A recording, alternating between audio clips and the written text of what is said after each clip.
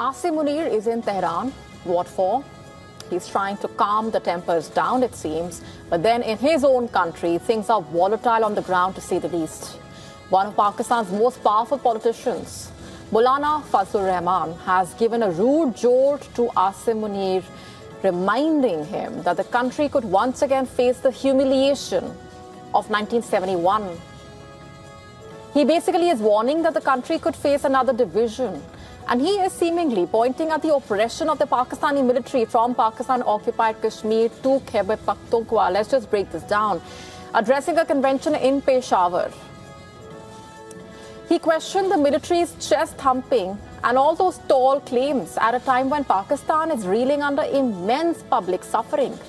Hitting out at the army chief, Rehman recalled how in December 1971, the Pakistan army surrendered to India.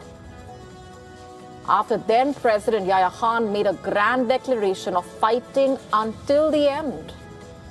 The 13-day war ended with the surrender of around 93,000 Pakistani military personnel in Dhaka, paving the way for the fall of Pakistan's eastern wing and the birth of Bangladesh.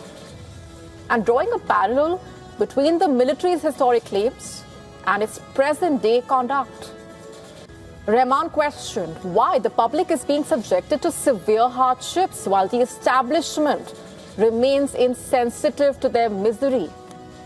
Not just that, he warned that continued oppression and bloodshed could lead to fresh geographical changes in the region. Very important. In fact, the timing of his remarks is also significant.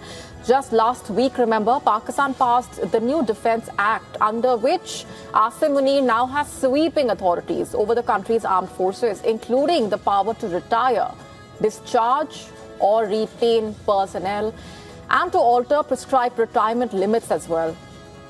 The legislation follows Pakistan's 27th constitutional amendment enacted in November last year, which radically reorganized its military command. Meanwhile, Pakistan remains on the boil.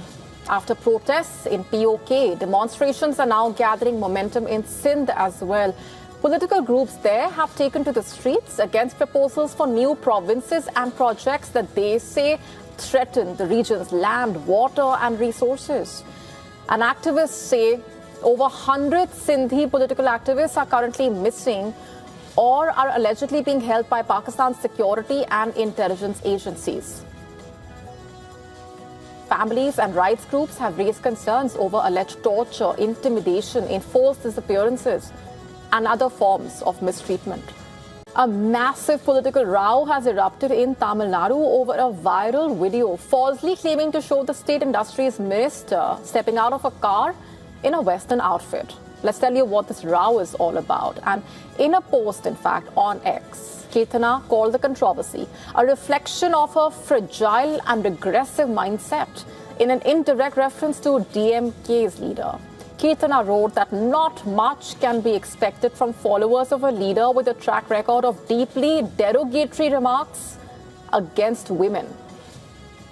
She denied that she was the woman in the video and questioned why it should have been an issue even if she had been in it.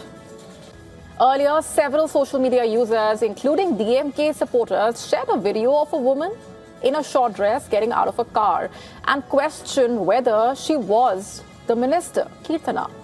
Former BJP state president, in fact, also came out in support of Kirtana.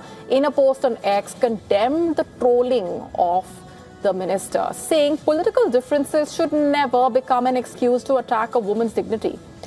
In fact, the controversy is the latest in that disturbing trend of women becoming targets of the political mudslinging in the state. Earlier this month, remember, a war of words erupted between the TVK and the DMK over leader of opposition's derogatory remarks involving actor Trisha. A similar row erupted over Trisha's presence at the Independence Day event in Chennai.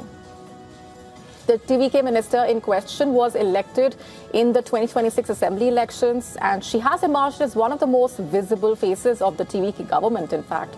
Before entering electoral politics, she worked as a political consultant and campaign strategist. She's also the youngest minister in the Vijay-led cabinet.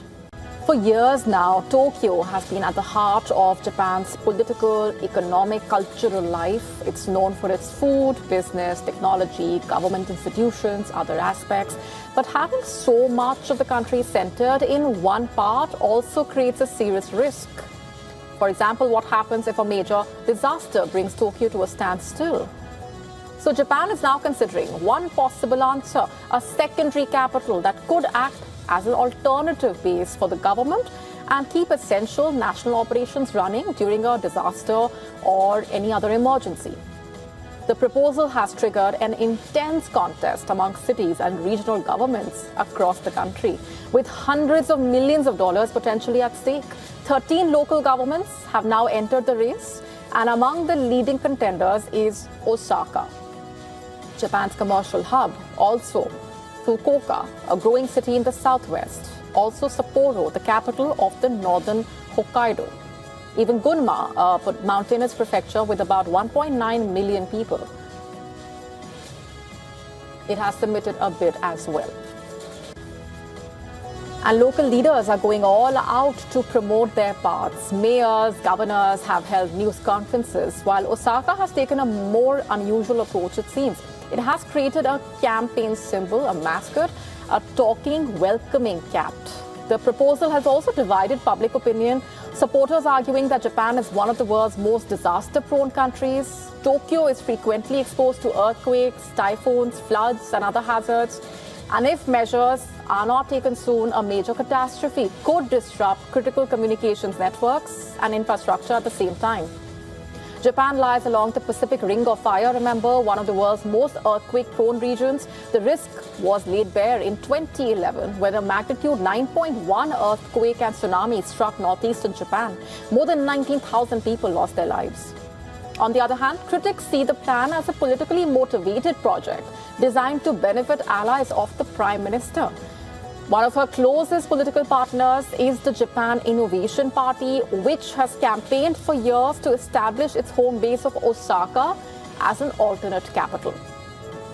Still, the final decision rests with the Prime Minister. While no official timetable has been announced as such, her cabinet is expected to set the criteria for a secondary capital in the coming months.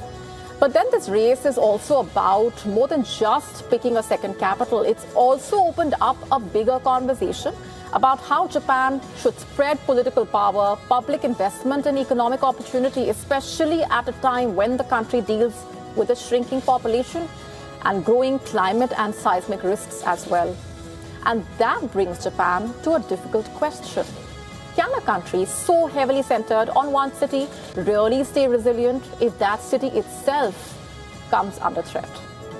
To stay up to speed with the latest news, download the WION app and subscribe to our YouTube channel.